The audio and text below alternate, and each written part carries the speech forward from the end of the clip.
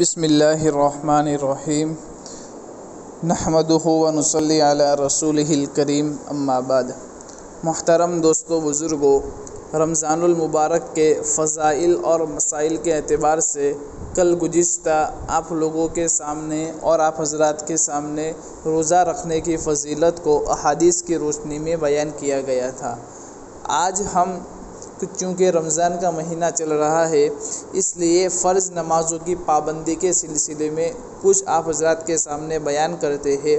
اور دوسرا عنوان جو ہے وہ کیونکہ تلاوت قرآن، کیونکہ رمضان کے مہینے میں کلام اللہ کو رمضان کے مہینے سے ایک خاص تعلق ہے، اس لیے اس کو بھی بیان کیا جائے گا۔ سب سے پہلے سمجھتے ہیں کہ فرض نمازوں کی پابندی، یعنی نماز ایک بہت اہم عبادت ہے، اس کی پابندی ضروری ہے۔ بے شمار آیت قرآنیہ اور احادیث نبویہ میں اس کی فضیلت ثابت ہوئی ہے۔ رسول اللہ صلی اللہ علیہ وسلم نے ارشاد فرمایا، جس نے نماز کی پابندی کی تو نماز اس کے لیے قیامت کے دن نور، حجت اور نجات کا سبب بنے گی۔ اسی طرح آپ صلی اللہ علیہ وسلم ایک مرتبہ پتجھڑ کے موسم میں باہر تشریف لے گئے، یعنی جس وقت درختوں کے اوپر سے پتے گرتے ہیں اس موسم کے اندر باہر تشریف لے گئے اور ایک درخت کی 2 ٹہنیوں کو پکڑ کر ہلایا، جس کی وجہ سے درخت سے پتے جھڑنے لگے اور گرنے لگے۔ آپ صلی اللہ علیہ وسلم نے فرمایا، اے ابو ذر، تو حضرت ابو ذر رضی اللہ تعالیٰ عنہ نے عرض کیا، یا رسول اللہ صلی اللہ علیہ وسلم، میں حاضر ہوں۔ آپ نے فرمایا، دیکھو، جب کوئی مسلمان نماز پڑھتا ہے اور اس کے ذریعے اللہ کی خوشنودی اور وہ اللہ تبارک و تعالیٰ کی رضا کا طالب بنتا ہے تو اس کے گناہ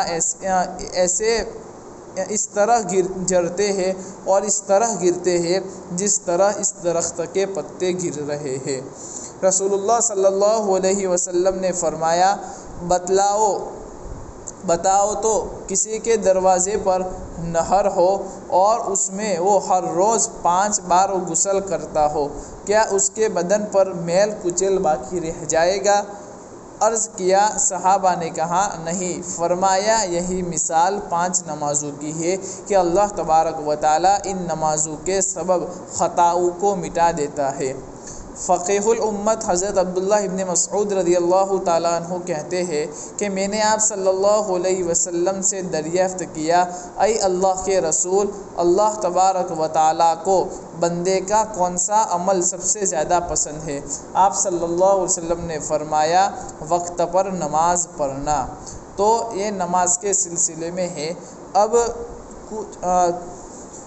کچھ باتیں تلاوت قرآن کے سلسلے میں بھی آپ حضرات کے سامنے بیان کر دوں کہ قرآن کریم کو رمضان المبارک سے ایک بہت بڑی نسبت ہے۔ اسی مبارک مہینے میں قرآن کریم نازل ہوا ہے۔ نبی کریم صلی اللہ تعالیٰ علیہ وآلہ وسلم اس مہینے میں حضرت جبرائیل امین سے قرآن کریم کا دور یعنی سننا اور سنانا فرمایا کرتے تھے۔ رسول اللہ صلی اللہ علیہ وسلم نے فرمایا، اقرأ القرآن فإنه یأتی یوم القیامت شفیعا لأصحابہ، کہ قرآن مجید پڑھو کیونکہ وہ قیامت کے دن اپنے پڑھنے والے کے لیے سفارش بن کر آئے گا۔ رسول اللہ صلی اللہ علیہ وسلم نے فرمایا، جو شخص قرآن میں ماہر ہے وہ معزز فرشتوں کے ساتھ ہوگا، اور جو شخص قرآن اٹک کر مشقت کے ساتھ پڑھتا ہے اس کے لیے دوہرا اجر ہے۔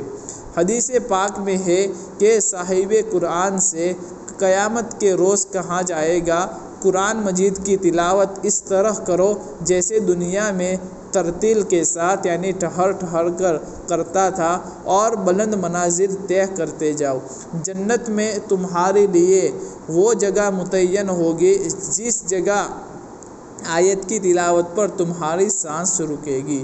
رسول اللہ صلی اللہ علیہ وسلم نے فرمایا کہ لا تجعلوا بیوتکم مقابر ان الشیطان ینفر من البیت الذی یقرأ فیہ سورۃ البقرہ، کہ اپنے گھروں کو قبرستان نہ بناؤ، بے شک شیطان اس گھر سے بھاگ جاتا ہے جس میں سورہ بقرہ کی تلاوت کی جاتی ہو۔ آپ صلی اللہ علیہ وسلم کا ارشاد ہے کہ اللہ کے یہاں سب سے زیادہ پسندیدہ عمل وہ ہے جو دائمی ہو، اگرچہ مقدار میں تھوڑا ہی کیوں نہ ہو۔ تو اس حدیث کے لحاظ سے میں آپ لوگوں کے سہولت کے لیے ایک بات بیان کرتا ہوں کہ اگر کوئی شخص روزانہ 30 منٹ یعنی آدھا گھنٹہ نکالے روزانہ تلاوت کے لیے، اور صرف ایک پارہ آدھے گھنٹے کے اندر وہ تلاوت کرے، تو 30 دن کے اندر اور ایک مہینے کے اندر اس کا ایک قرآن ختم ہو سکتا ہے۔